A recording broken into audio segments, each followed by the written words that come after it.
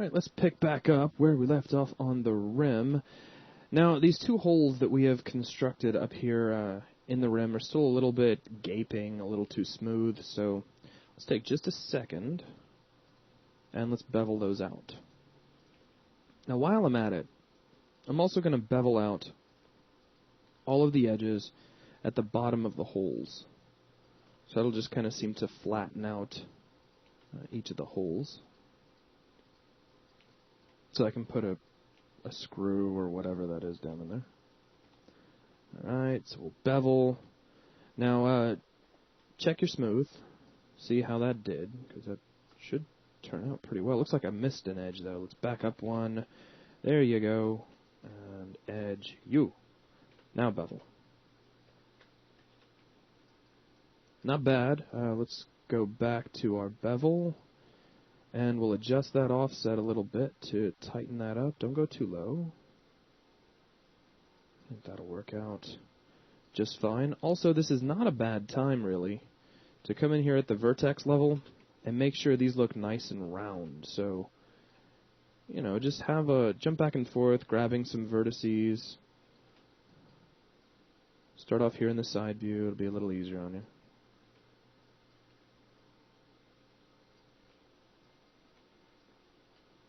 That looks pretty good. This one looks like it could use some help.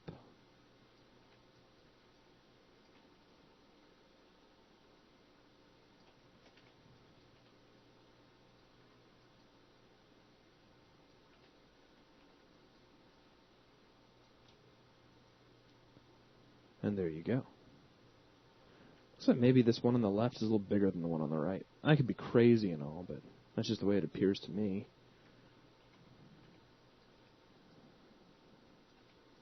So I'll just pull everything in by hand for just a moment.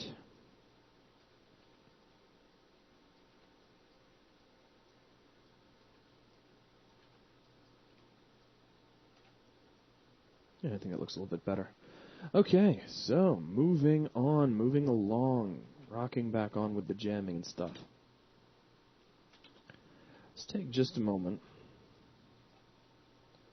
Have a look at what we have here. This is all looking very nice. Okay. Now, that is most of the rim itself. There's some details here and there that we're going to have to worry about as we go. But what I'd like to do right now is make those important adjustments to elevation that are going to be really important. Because, again, if we look at this rim from the side, we'll notice the inside of it has this really cool sloped inward thing going on. Then it kind of gracefully arcs back, and then there's some indentation up here. All of this stuff that we have built, essentially straight up and down, actually has a lot of curvature and changes in relative elevation to one another. So let's go ahead and start getting that in there. The first thing I'm going to do is grab these faces at the bottom of the lug hole, if you will, and I'm going to pull these way back out of my way. In fact, so far away that it's going to look a little bit ridiculous, but don't worry about that. We can pull them back up to where they need to be a little bit later. Right now, I don't want to accidentally select them and do any sort of damage. Now, check out your elevations. We have a little flat disc here in the center. We slope out, then we go basically back toward the edge while gently curving back in, and then we kind of start to climb back out of that. So let's start off by creating that flattened disc. We'll just take this, slide back. Now, do we have an exact figure for how far back this goes? No, we have to kind of do a little bit of guesswork, which is fine with us. We're all very adept at guesswork now. And you will find that doing this will make your smooth look really scary because you've chopped this hole out.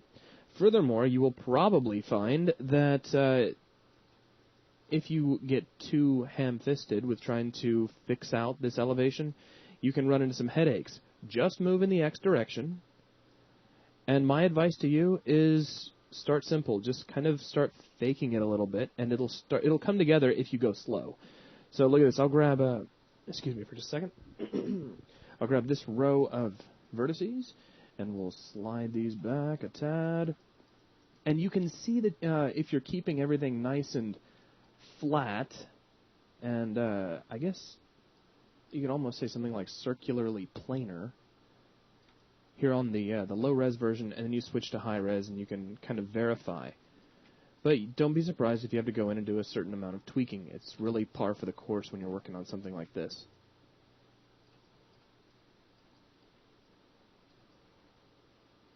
So just be patient with it, do a lot of rotates. And let's take a look back over here. It looks like once we get in here, a lot of this starts to kind of dip in as well. So make sure you're pulling back on all of these. And pull this back so we get some curvature there. Now here's where we want that crease to be. Right there on this guy. So keep that in mind. So actually we don't necessarily want to move him. We may need to add another level of detail down through here. And then again, maybe not. It's probably going to be so subtle that it won't really matter. So yeah, we won't worry about it right now. We'll just pull this back and call it there. Grab this next vertex down. And we can use this to help us define the plane, if you will. In fact, if we come over here to the front view, if you can keep an eye on that edge, you tug this a little bit, you can see that it creates a bit of an edge. You can kind of start using that to your advantage to help you flatten this out a little better. Just take your time with it. Also keep referring back to your smooth, because you'll also notice something else, that if you get really close, the smooth's going to look really good and you won't have to worry about it anymore.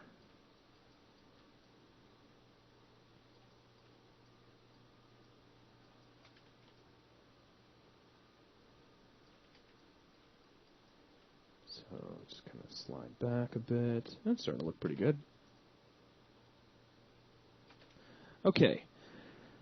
So let's double check over here. That's kind of poking in. It's not quite a 45, but neither is this. So I think that's looking pretty good. Now, if you're having a hard time gauging the slope, it's probably because your smoothing is all nice and clean through here. So it's like this gradual slope inward. It'd be nice if we could go ahead and get some creasing in there so we could tell what in the world is actually going on. So I'm going to grab these two edges, and we'll bevel these, and we'll take the offset and pull it way, way down. As soon as we've done that, we have a couple of vertices in here that we know don't need to be all split up like that. So we'll go ahead and merge those together.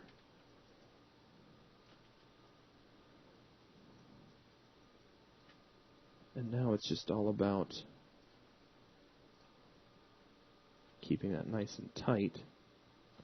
Now, don't be too shocked if you can't quite gauge the roundness of this right now. Some of that you won't be able to see until you get the rest of the pieces around. And we can tweak a lot of that out then. Now, over here, it looks like we could go with just a little more rounding. So I'm just moving this vertex out a little bit like so.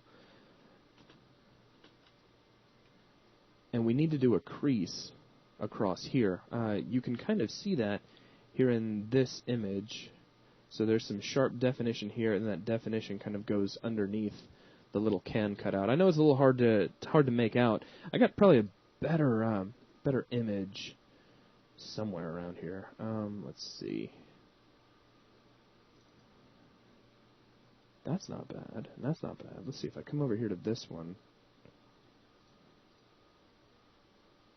Yes, there's a little bit of definition under there.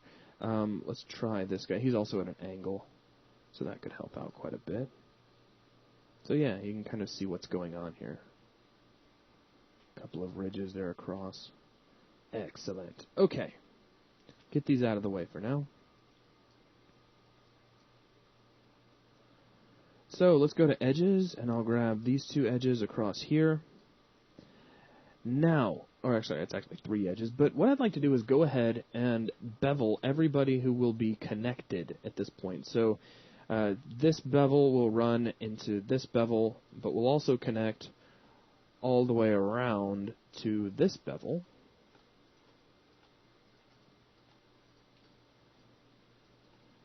Which will slope down like so, and then these will actually connect over to this bevel, which is on both sides of the elevated area of this ring.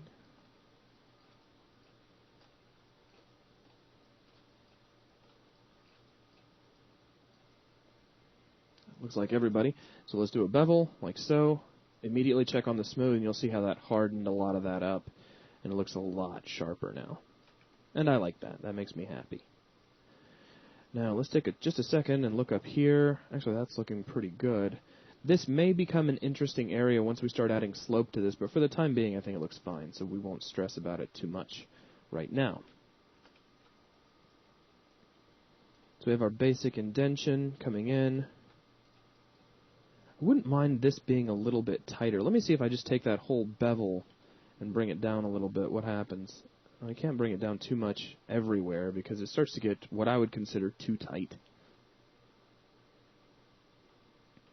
So we'll undo there, but what we'll do is we'll kind of close this up manually by scaling these edges down.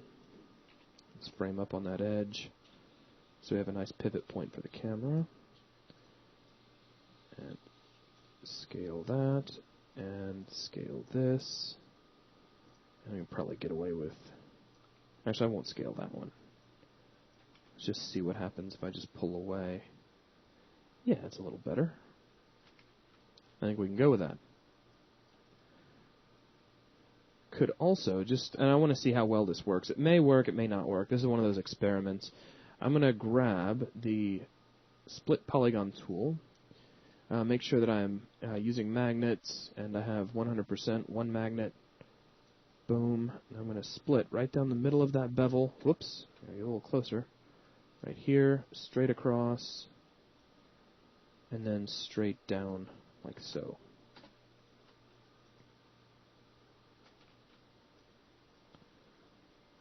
And looks pretty good there. Here it needs a little bit of cleaning, but that's okay. Let's grab some vertices and see what we can do about that.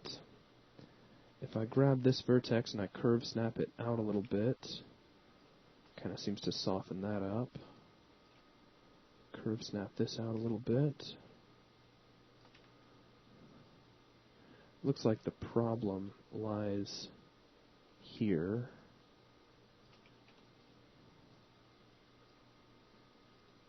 Yeah, I may not be able to make that look exactly the way I want to. Nah. It was a cool idea, but I'm going to undo it and get rid of it.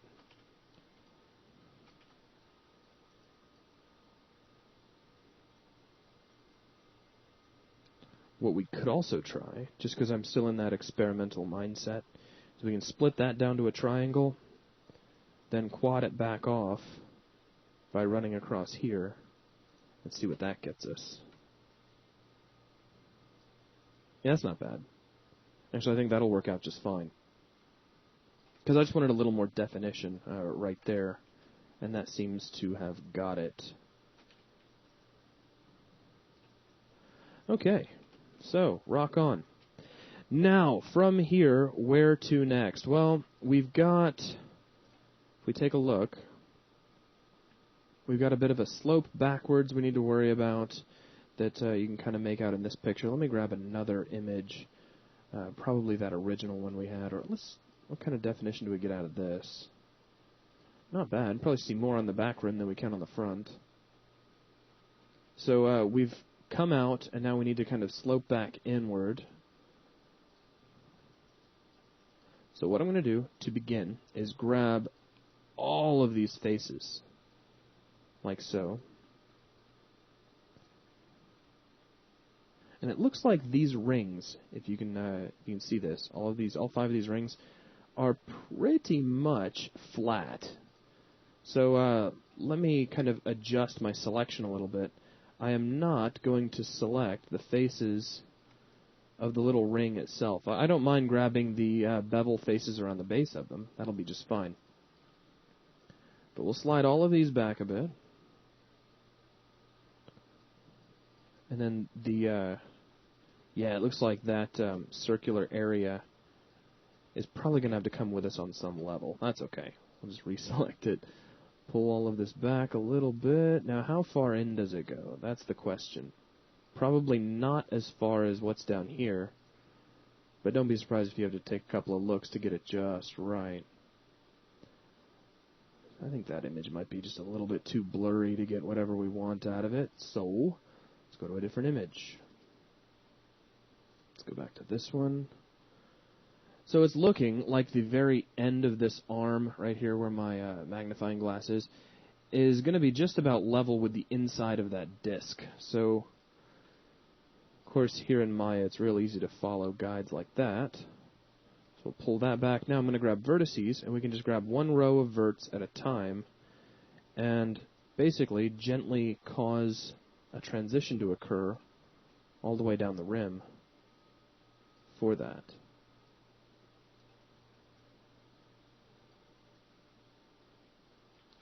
Keep checking with your smooth.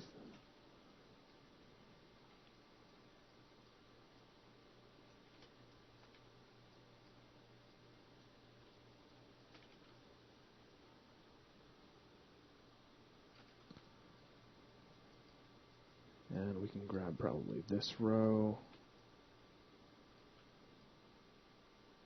Pull this out. Oh yeah.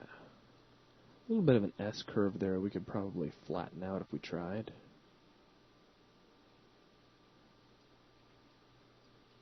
Whoops. Alright. That looks pretty good. So we do have that backwards curvature taking place. Now I would like a bit of a crease to take place down through here as well, to separate where this arm meets the outer edge of the rim, which you can see back here in the photo.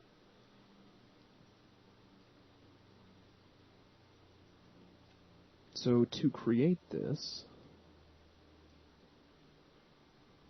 ooh, there's a couple of things up here I probably should clean up. Let me just see what happens if I were to take this vertex and this vertex and merge them together, see if that breaks anything. Nah, not really. Good. I didn't want that extra 5-sided face there. Okay, so here's what I'm going to do. Let's see if I can, instead of beveling, let me just see if I can use the split polygon tool. We'll split from this corner. Now notice there's the bevel that goes along the bottom edge of the little circular raised area. So go right up here from the inside corner. And I need to turn off my magnets for this to work at all. Make one little triangular split straight out. And now I'm just going to parallel this edge all the way over. Press enter.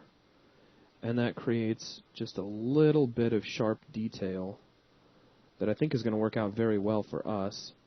Let me grab this vert and I'll slide this up, keep everything nice and tight.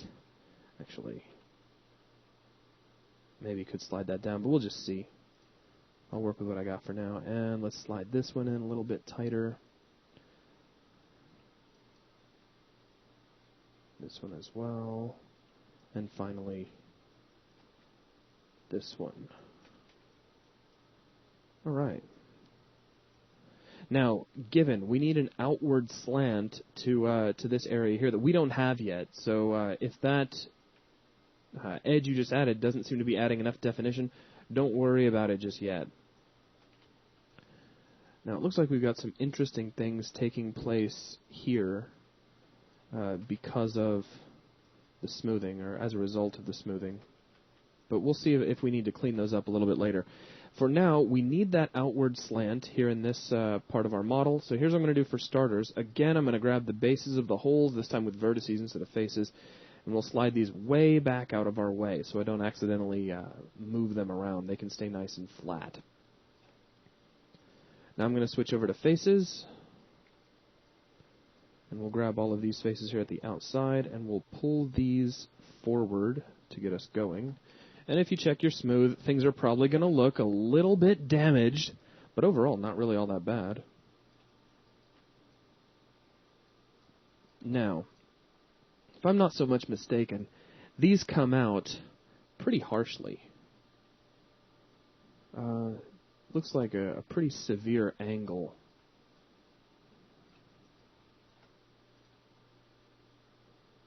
maybe just behind the outer, like if we were going elevation, topographically speaking, it's like this would be maybe out or about the same elevation as here if we were to make, like, draw a straight line up and down. We have to kind of guesstimate just a little bit. But I think somewhere right about here should work just fine. And now it's just a matter of coming in and cleaning up these vertices very much like we did down below with the lug nuts. You can pull these out, and really all you need to do is keep these edges kind of planar to one another. So let's grab these, and we can pull these forward until they start to form a plane.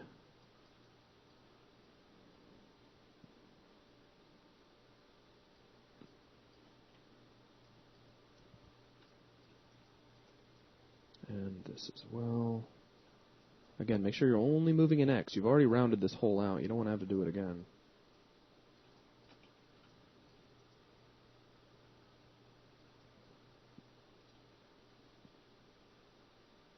Okay. It's not bad. It still needs a little bit of tweaking.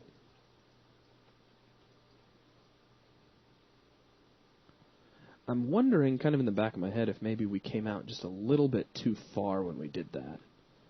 So I'm going to take this, we'll pull it back in just a little bit. And if I'm a little bit off from what's actually there on the from the factory Lamborghini, that's fine. I think this will look better.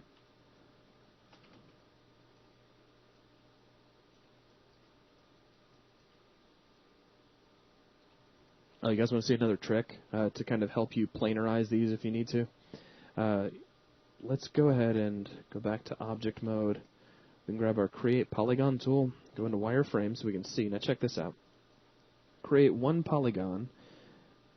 Let's see, we'll go click, click, and down here in the corner, click, opposite corner, click. So now this guy should be reasonably planar. Close enough for our purposes anyways. So now what we can do is we can grab our vertices and pull them forward using this guy as a guide. In fact, if we shade the view up, just pull them through until they kind of start to stick and start to show through the surface. Then they'll all be really close to being planar.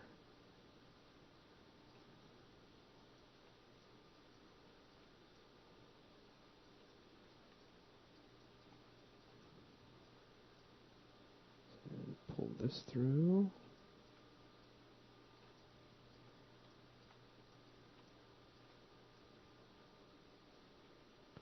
Alright. We'll delete that out. Check on the smooth. Yeah, not bad.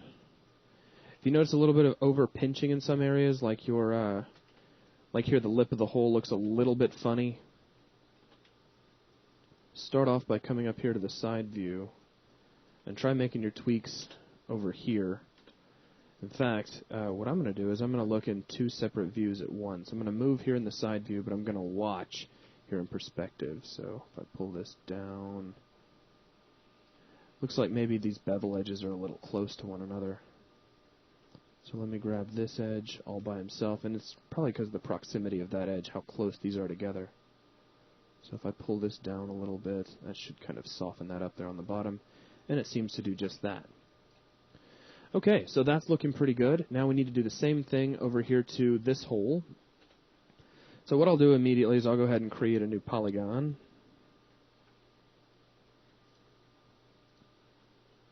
That we'll use, once again, as a guide.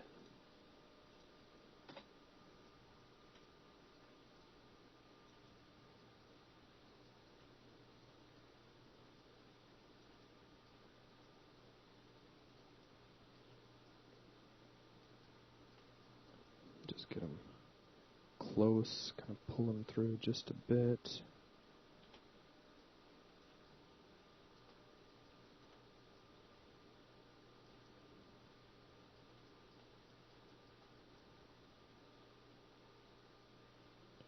And again.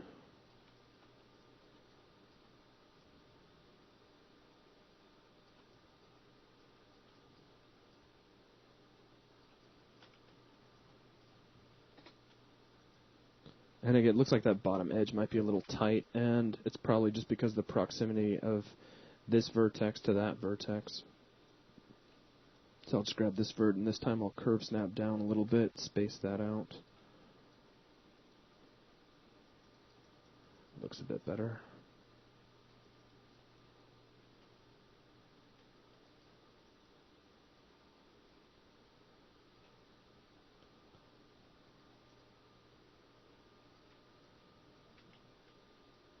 Looks like I may need to come in here and tweak these a little bit further by hand to keep everything lined up. I could probably also grab this group of verts here and clean a little bit up by pulling that forward. Yeah, that's helping. So it's just a matter of, you coming in here and straightening up the shape of things. Like this hole is looking a little bit long in this direction, so we'll pull these vertices up just a little bit. That helped that out.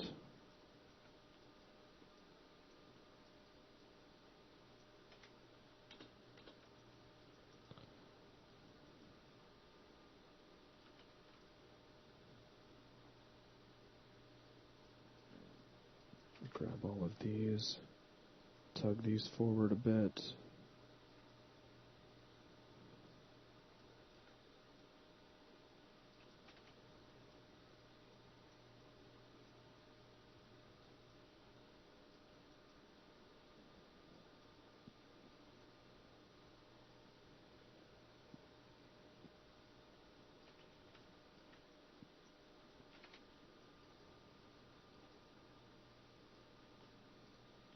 Looks like.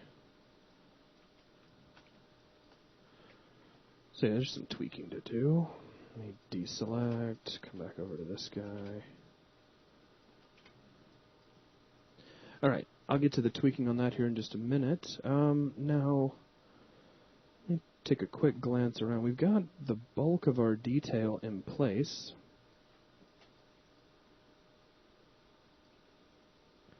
So that is going to, I think, wrap it up for this particular video. Go ahead and make sure you delete history on your object. And we will pick back up on the rim in the next video. Thanks a lot.